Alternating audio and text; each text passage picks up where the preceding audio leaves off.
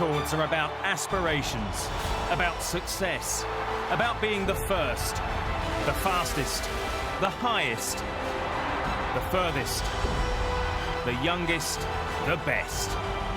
Who has the most? Who is the greatest?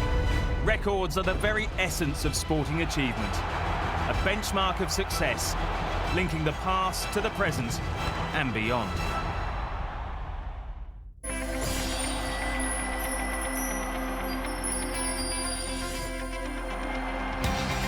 He was one of the most feared and most respected players of his generation. Blessed with incredible pace, balance and strength, Brian O'Driscoll was the dominant figure in Irish rugby for nearly 15 years.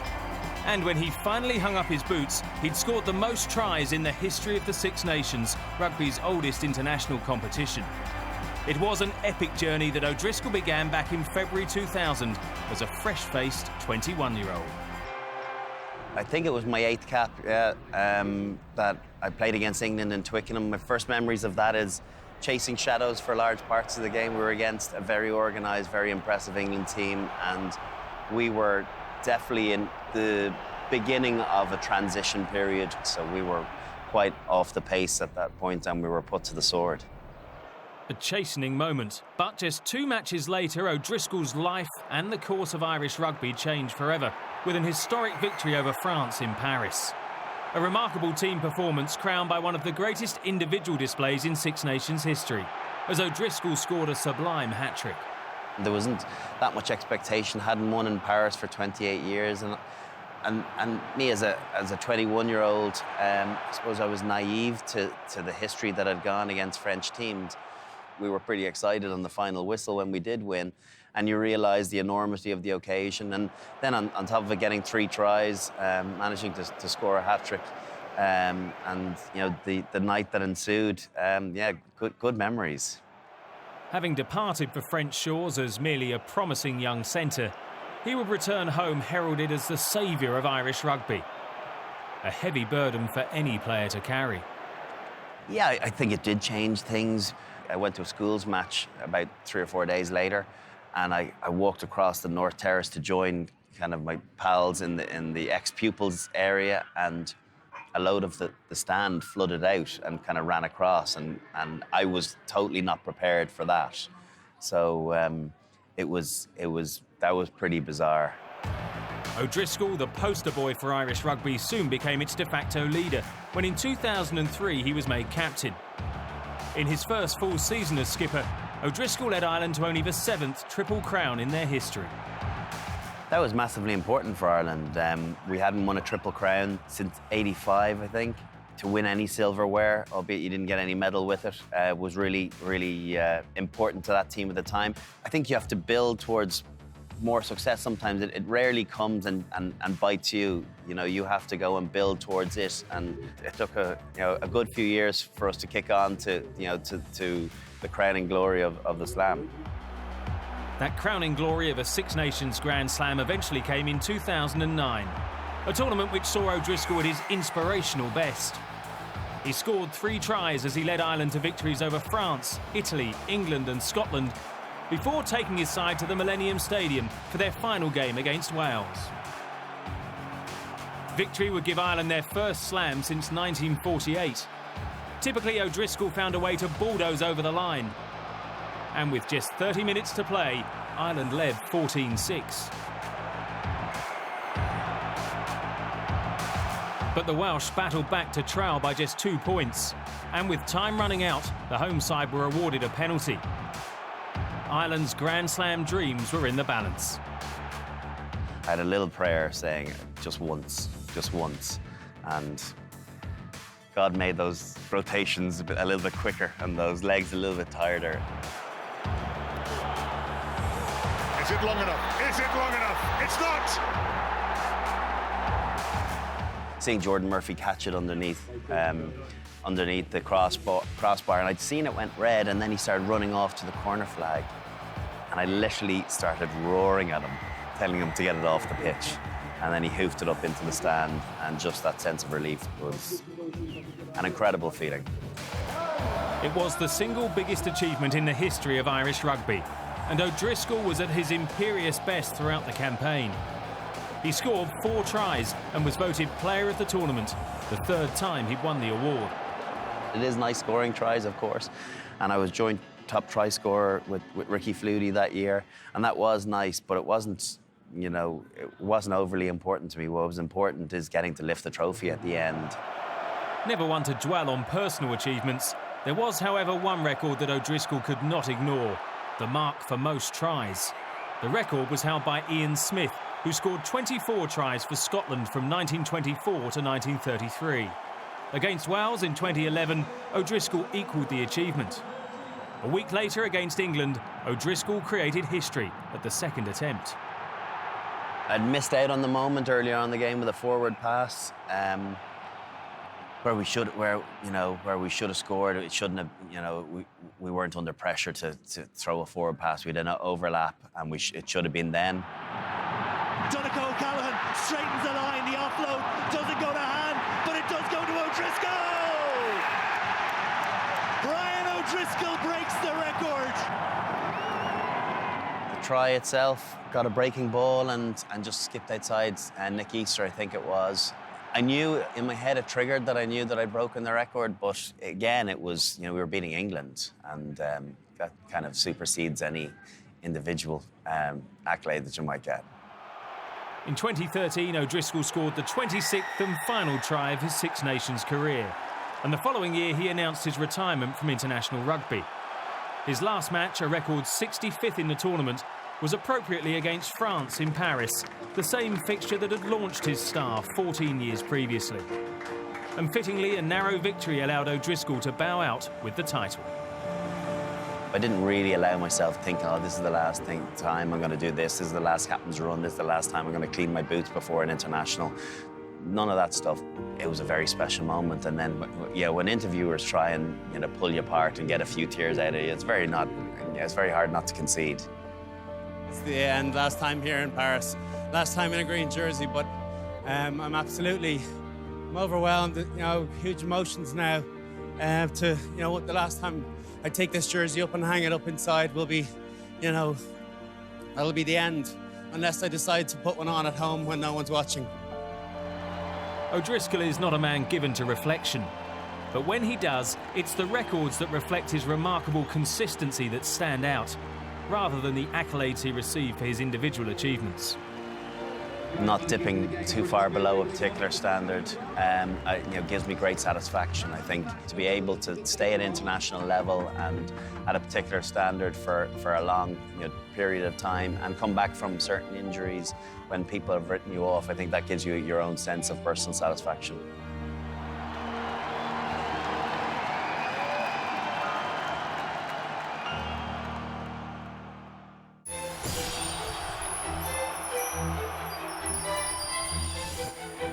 He is widely considered to be the greatest racehorse ever. His remarkable career brought him up against the very best of his generation, and he never lost. He captured the imagination of the racing world, and in the sport of kings had no equal. His name is Frankel, the highest rated horse of all time. We always hope for a horse like Frankel. I think that's what keeps everyone in the game and perpetuates it, really. I think is the hope of that impossible horse. I mean, I think all childhood dreams are really centred on this if you love horses. Well, the great thing about Frankel is he was a 2-year-old champion in Europe, he was a world 3-year-old champion, and he was a world 4-year-old champion. In my lifetime, no horse has done that.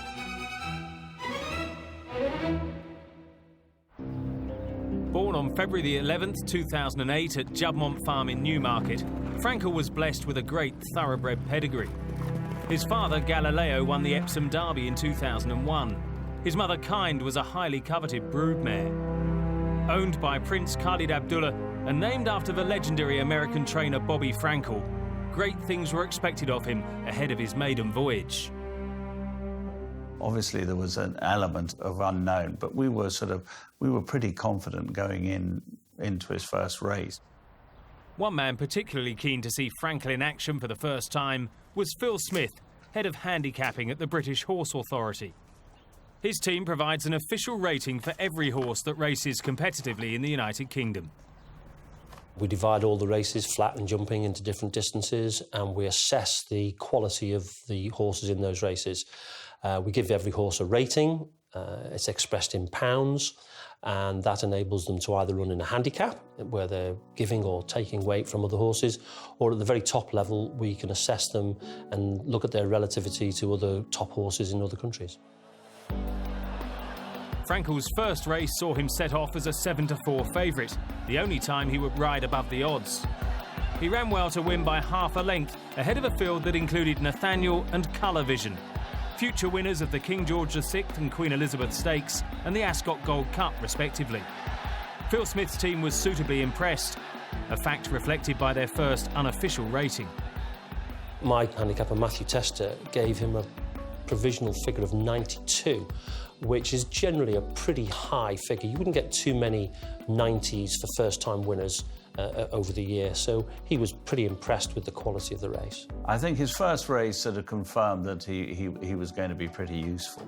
But I think that the race that really settled everybody's mind that he might be something exceptional is the way he won the Jumrow Lodge at Ascot on his third start, and he just sort of pulled himself round the top of the turn there and just went away to win by 10. And I think from then on, I think he was going to be of an enormous and growing interest. Part of that growing interest was also due to Frankel's charismatic trainer, Sir Henry Cecil. Having dominated the sport in the 80s and 90s, the turn of the century had ushered in a period of disappointing results. Frankel's emergence coincided with Sir Henry's return to the top, and the pair captured the public's imagination. I always said it was a sort of alignment of the stars, Henry and Frankel coming together at that particular time. He had a very deft touch with horses. Frankel certainly, I think he had a good affinity with Henry, or Henry had a good affinity with Frankel. His final race of his debut season saw him triumph in the Dewhurst Stakes. Billed as the greatest two-year-old race of all time, Frankel won by almost 3 lengths ahead of the previously unbeaten Dream Ahead and Samid. His performance saw him crowned champion two-year-old colt and given a rating of 126, an incredible mark for a horse so young. You can't get high ratings for beating moderate horses. You know, we're constantly looking back at races, so we're always looking at the quality of the opposition. That's absolutely everything in handicapping. It's really what you beat and how easily you've beaten them. It's the quality of the opposition. Frankel began his 3-year-old season in similar style, capturing his first classic, the 2000 Guineas, in incredible fashion. By the halfway mark, he had a 15-length lead, and he cantered to victory by 6 lengths, the largest winning margin in the race since Tudor Minstrel in 1947. It was a performance that stunned the racing fraternity. We were so privileged to see it at close hand, and so therefore a lot of people said, oh, were you surprised by that? And the awful thing is we weren't terribly, mainly because of what he'd shown and how he'd done at home and the tremendous confidence that Henry had in the horse.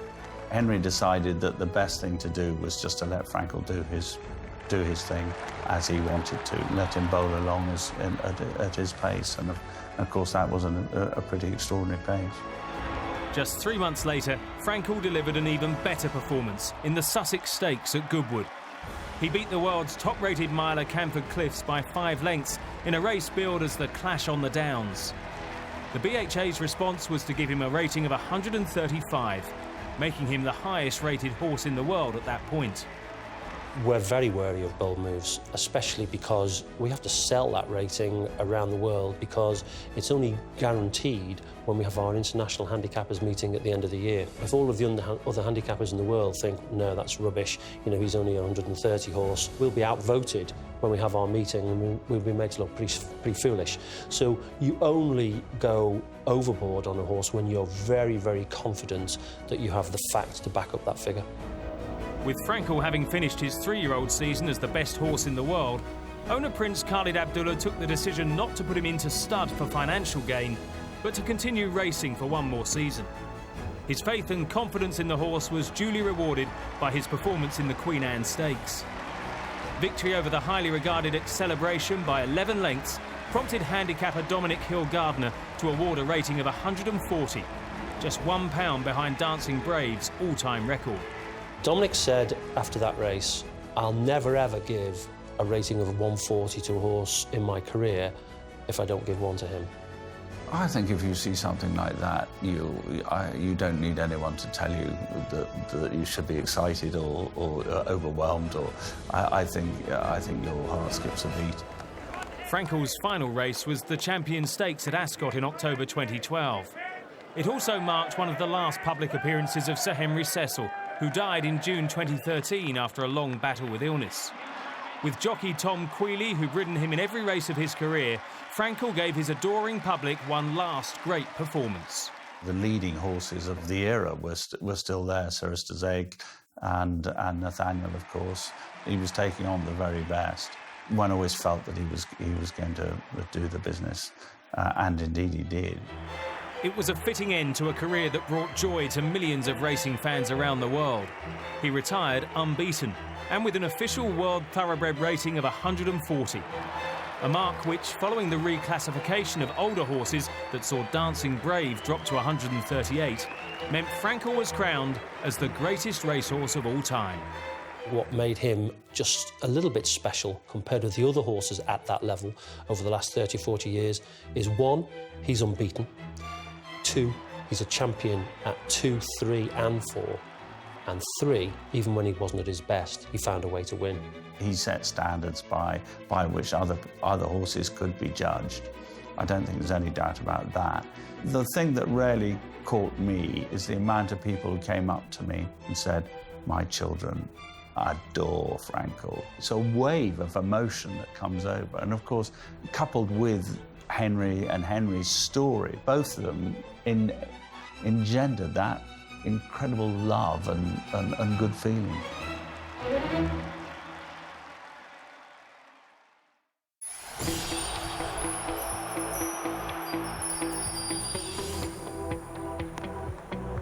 In recent years, one-day international cricket has changed. The likes of South Africa's A.B. de Villiers and West Indian Chris Gayle have led the charge. Their batting strategy one of all-out attack. But one man from New Zealand has taken that approach and applied it to the Test arena. In a format where safety overshadows showmanship, Brendan McCullum has hit more sixes, a remarkable tally of 107, than any other cricketer in history. His first intent is to hit a 6 when the bowler's running in. If it's not a 6, can I hit it for 4? That's why you sort of have to be there nice and early when McCullum bats, because he could hit the first ball out of the ground. You don't want to miss it.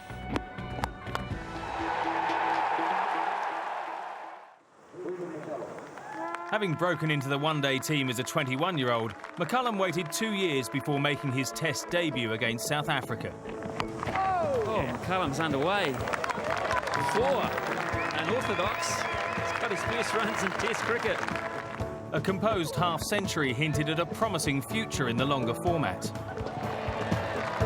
One of the hardest things about Test cricket is convincing yourself you belong there amongst the very best. And when you play against the likes of South Africa with their great pace attack, you don't get a lot of time to work that out. And to score a half-century and to do it in confident and ebullient fashion and not change your own natural instincts, it's important. It took him until his 7th match against Bangladesh to score his first Test match 6s. And when New Zealand hosted Sri Lanka in 2005, a score of 99 included 2 big 6s, his first on New Zealand soil. He would never back down. He would never not take a challenge on. The faster it got, the faster his reactions got, the faster his hands got. And the more important it got, the taller he seemed to stand. Over the first 9 years of his Test match career, McCullum developed into a swashbuckling middle-order batsman with 52 sixes in his first 70 matches. But when he became New Zealand's captain in 2013, he introduced an entertaining and positive mindset to the role. An approach that was evident by McCullum's performances at the crease. 55 sixes in his final 31 matches. He moulded aside and sort of taught his side the way that He would want the game played, and if they played that way, they would have some great success. They would have losses, but they'd have more success than failure, but they'd have a hell of a lot of fun playing. And in 2014 against India, McCullum played 2 of his greatest innings in a Kiwi shirt. The 220 that he scored at Eden Park was good because it mattered, because we won. I think it demonstrated not just to Brendan McCullum but to the public that he could bat for long periods of time and he could accumulate big scores. McCullum's 224 included 5 sixes. And was followed a week later by a monumental 302 in Wellington, the first ever Test match triple century by a New Zealander. An innings that lasted nearly 13 hours and contained 32 fours and 4 sixes. McCullum started the final day of the Test needing just 19 runs to reach the landmark 300. He looked a bit nervous, he looked a bit fidgety. I think he realised the magnitude of what could be about to happen. When he hit that shot behind point to bring up the 300, I had a tear in my eye talking about it. I know a lot of guys, there was a lot of emotion in the commentary box, and around the ground people seemed to stand and clap like till lunch. It was just fantastic. And that was so important that a New Zealander could break that barrier.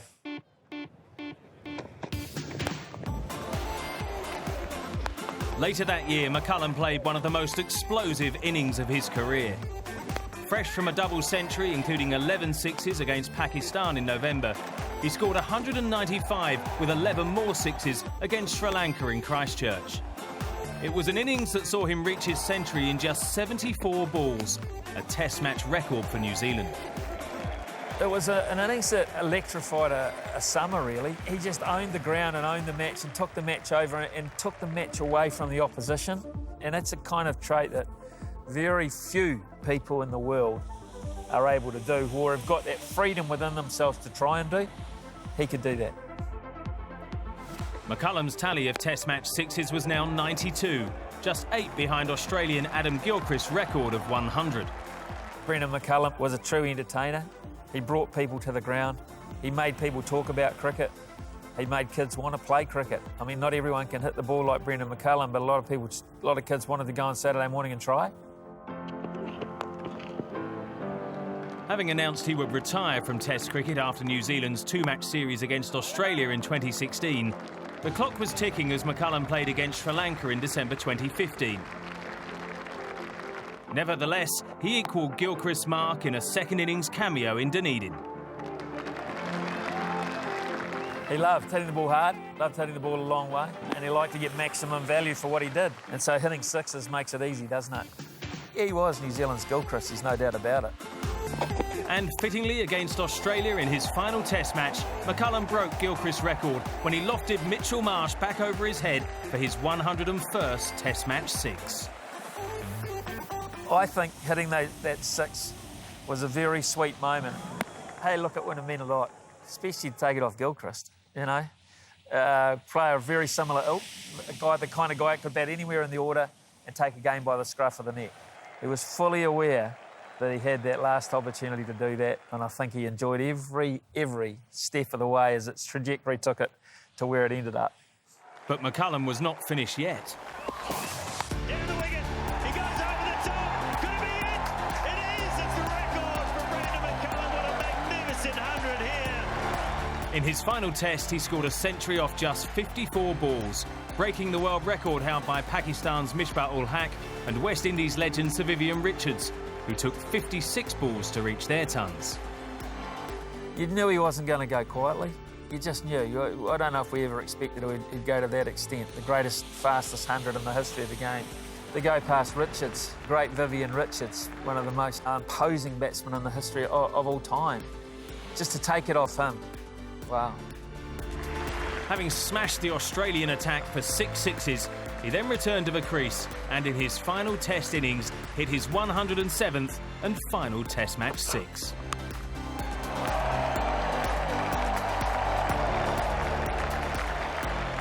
I think that record will last for quite some time because it lasted so long before he got it. And so I think it's going to take something ultra special. You can never take that away from him.